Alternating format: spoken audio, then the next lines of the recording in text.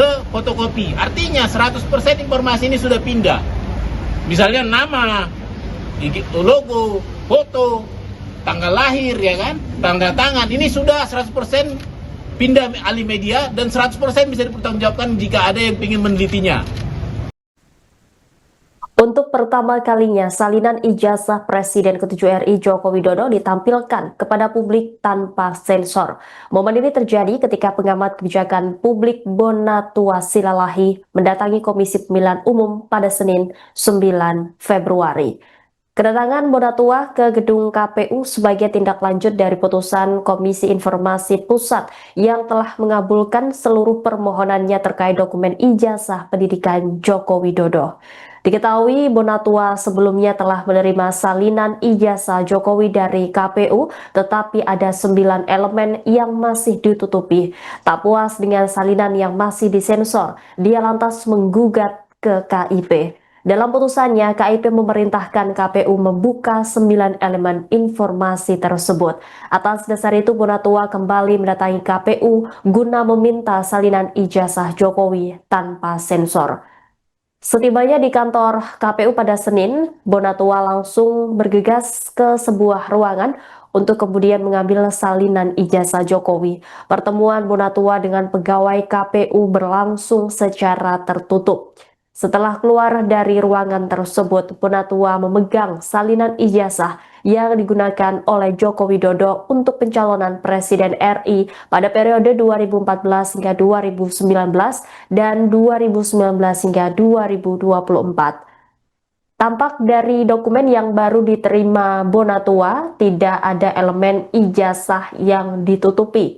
Setelah menerima salinan ijazah Jokowi dari KPU RI, Bonatua mengatakan dokumen tersebut akan disandingkan untuk kemudian diteliti. Ia pun meyakini data ijazah yang ia terima langsung dari KPU bakal lebih memudahkan penelitiannya.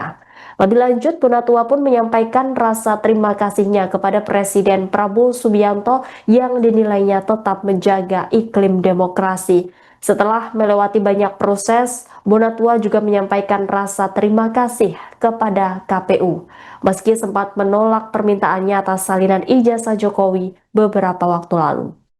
Jadi ya selamat siang kepada rekan-rekan media, ya, terutama ya saya mengucapkan selamat Hari Pers ya. Jadi sekarang kan Hari Pers nih. Ya. Ini sekaligus membuktikan bahwa keterbukaan informasi juga dambaan dari insan pers. Bagaimana perjuangan ini adalah buktinya bahwa perslah yang menjadi corong kita ke publik menyampaikan ini. Ya, jadi terima kasih sudah hadir. Ya, saya juga mengucapkan terima kasih buat pemerhati demokrasi, juga keterbukaan informasi. Dan terutama untuk masyarakat Indonesia yang selama ini mungkin mohon maaf kata ya kalau saya salah, yang menurut saya sekarang ada tiga masyarakat Indonesia terbelah tiga ya. Pertama, orang yang percaya bahwa ijazah beliau ada dan asli, dan orang yang ragu-ragu, serta yang ketiga adalah orang yang tidak percaya. Nah, selama ini kita dijebak pada situasi sudah ranah keyakinan, bukan ranah ilmiah. Nah, dengan adanya ini ya, pada inti kita mencoba menawarkan suatu pendekatan baru, yaitu pendekatan fakta empiris. Karena saya peneliti, inilah hasil fakta empiris itu. Jadi saya harap masyarakat yang terbelah, yang tadi tiga itu, kembali ke jadi masyarakat ilmiah yang mari melihat ini semua sebagai alat sah untuk diteliti, ya. Ini tentunya sama-sama kita tahu bahwa proses ini kita mulai sejak 3 Agustus yang lalu dengan proses yang panjang dari awal permintaan informasi, lalu KPU mengeluarkan keputusan 731 untuk mengatakan bahwa informasi saya ditolak karena melanggar keputusan KPU 731. Setelah itu publik marah. Setelah publik marah, DPR juga ikut marah, Komisi 2 ikut memanggil mereka. Lalu setelah itu saya juga mengirimkan keberatan, dan keberatan saya itu dijawab dengan dicabutnya keputusan 731 dan disertai dengan diserahkan juga yang 2 ini, tapi ya dengan 9 item yang disembunyikan. Ya. Nah, lantas saya tidak puas, 9 item itu harus dibuka karena ini dalam rangka demokrasi, yaitu jendela keterbukaan informasi. Akhirnya saya sidang sengketakan di Komisi Informasi Publik dan sampai 6 kali sidang ya sejak November ya. Akhirnya keputusan KIP mengatakan bahwa saya menang. Permintaan saya membuka 9 item diterima. Setelah itu KPU dikasih kesempatan untuk banding ke petun, dan itu yang ternyata KPU cukup bijak, tidak mau menggunakan uang rakyat untuk melawan rakyat. Ya, dengan kata lain, terima kasih KPU ya. Artinya memang ini buktinya bahwa tak sempat saya simpan ini, selalu langsung saya kasih ke publik. Nah, dengan begitu ya, mengapa intinya inti acara kita ini adalah menerima salinan resmi fotokopi ijazah ya. Ini saya fotokopi ijazah terlegalisir berwarna tanpa sensor. Menyambung kata Bang Mike tadi, inilah data ijazah pertama dari pintu depan KPU. Meskipun saya tahu, saya teliti banyak ijazah yang dari pintu belakang yang beredar ya.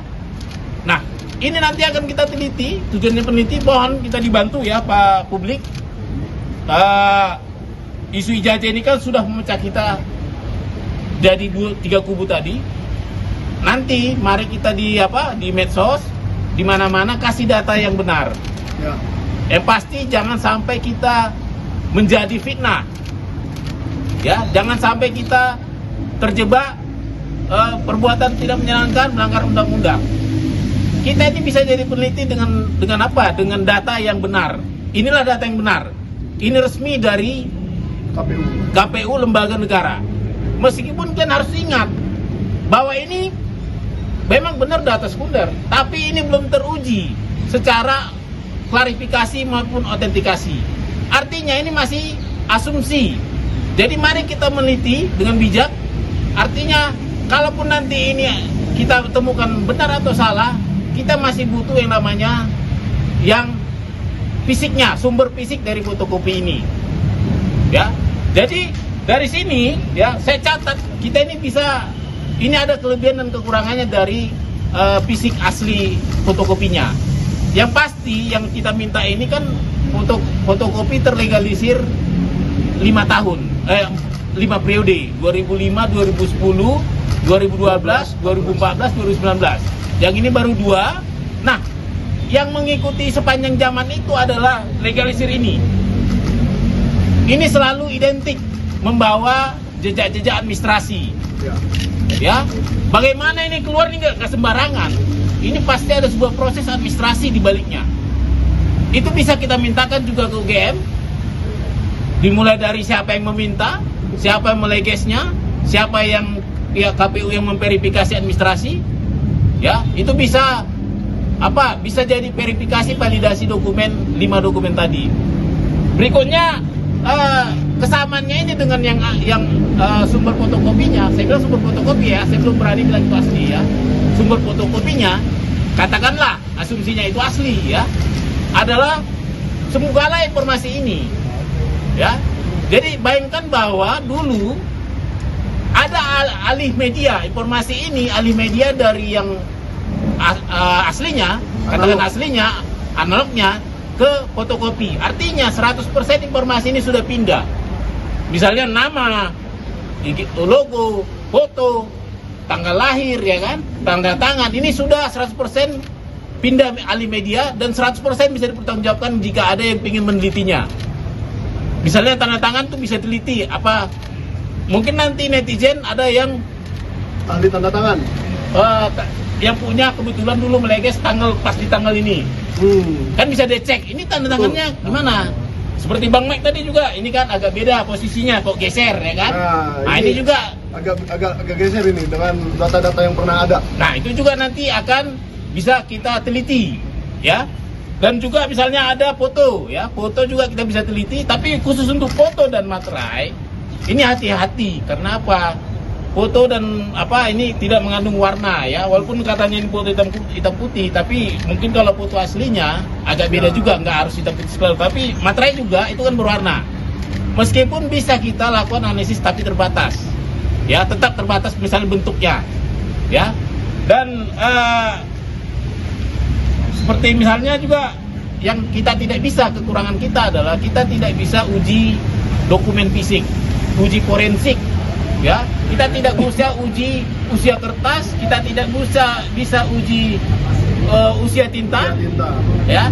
Kita tidak tahu ukuran aslinya, ini kan A4 ya, tapi kita tidak tahu ukuran aslinya bagaimana. Itu perlu diingat, jangan pernah kita meneliti ke wilayah itu memakai sampel ini, supaya jangan terjadi fitnah. Saya juga tidak suka kalau nanti beliau jadi dipitnah. Memang benar kita publik, tapi tentu kita juga harus punya batas, ya, mana yang namanya meneliti dokumen publik, mana namanya melewati batas privasi. Download Tribun X sekarang, menghadirkan lokal menjadi Indonesia.